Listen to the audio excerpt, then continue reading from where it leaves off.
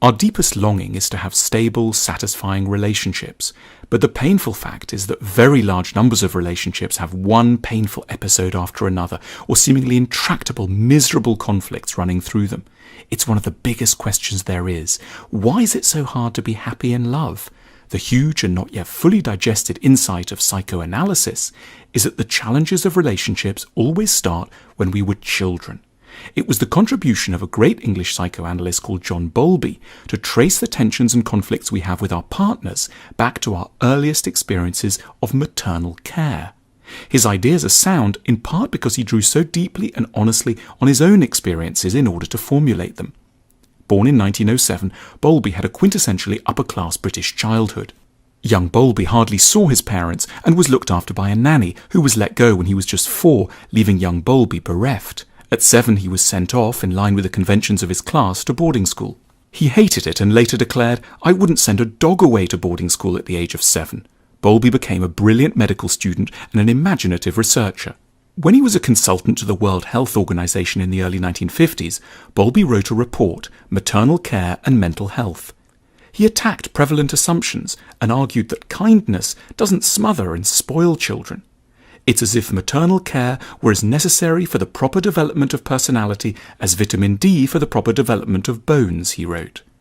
This insight initiated a wave of reform. The visitation rules of many health institutions were reformed to allow parents to stay with their children, where they had once been allowed only to visit and never touch. It sounds like a dry, bureaucratic move, but it ended countless afternoons of quiet sorrow and evenings of solitary anguish. In a book published in 1959 called Separation Anxiety, Bowlby looks at what happens when there isn't enough of this kind of parental care. He described the behaviour of children he'd observed who'd been separated from their parents.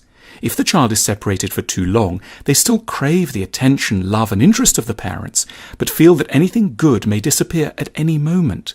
They look for a lot of reassurance and get upset if it's not forthcoming. They become volatile, they take heart and then they despair, and then they're filled with hope again. This is the pattern of what Bowlby called anxious attachment. But the degree of separation from the parents may lead to another sort of problem.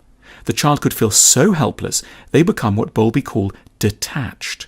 They enter their own world to protect themselves and become remote and cold. They experience what Bowlby calls avoidant attachment. That is, they see tenderness, closeness, emotional investment as always dangerous and to be shunned. They may in truth be desperate for a cuddle or for reassurance, but such things look far too treacherous. The focus of Bowlby's thinking was about what happens to a child if there are too many difficulties in forming secure attachments. But the consequences don't magically get restricted only to the age of 8 or 12 or 17. They're lifelong.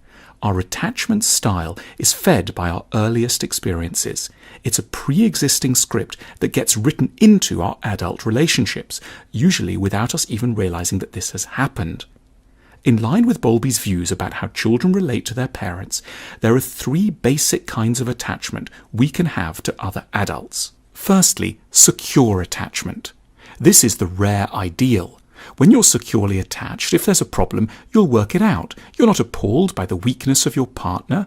If your partner's a bit down, confused, or being a bit annoying, you don't react too wildly, because even if they can't be nice to you, you can take care of yourself and have hopefully a little time left over to meet some of the needs of your partner. You give the other the benefit of the doubt when interpreting behaviour. You realise that maybe they had a tricky time at work. That's why they're not so interested in your day. The explanations are accommodating, generous, and usually more accurate. But there's another kind of attachment, anxious attachment, and this is marked by clinginess, texting and calling all the time just to check where the other is and keep tabs on what they're up to. You need to make sure the other person hasn't left you or the country. Anxiously attached people become coercive and demanding and focus on their own needs, not their partner's. Anxious attachment involves a lot of anger because the stakes feel so high. A minor slight, a hasty word, a tiny oversight can look to the anxiously attached person like huge threats. They seem to announce the imminent breakup of the whole relationship. One feels, the reason you don't tell me that the minestrone soup I made is delicious is that you don't love me and are planning to leave me, when the true explanation may simply be that one's partner is mulling over a very tricky bit of news about a contract at work. Avoidant attachment means that you would rather withdraw and go away than compromise, get angry, or even just get close to another person. If there's a problem, you don't talk. Your instinct is to say you don't need the other person, especially if you're lonely. Avoidant spouses often team up with anxious ones. It's a risky combination. The avoidant one doesn't give the anxious one much support, and the anxious one is always invading the delicate privacy of the avoidant one. Bowlby helps us to feel more generous and more constructive about what these partners are doing when they upset or disappoint us. Almost no one in truth is purely anxious or purely avoidant. We're just a bit like that some of the time. So, alerted by Bowlby, we can see that a partner's apparent coldness and indifference is not caused by their loathing of us, but by the fact that a long time ago they were probably rather badly hurt by intimacy. And it opens possibilities of self-knowledge which can help one reform, if only a little, one's own rather eccentric behaviour.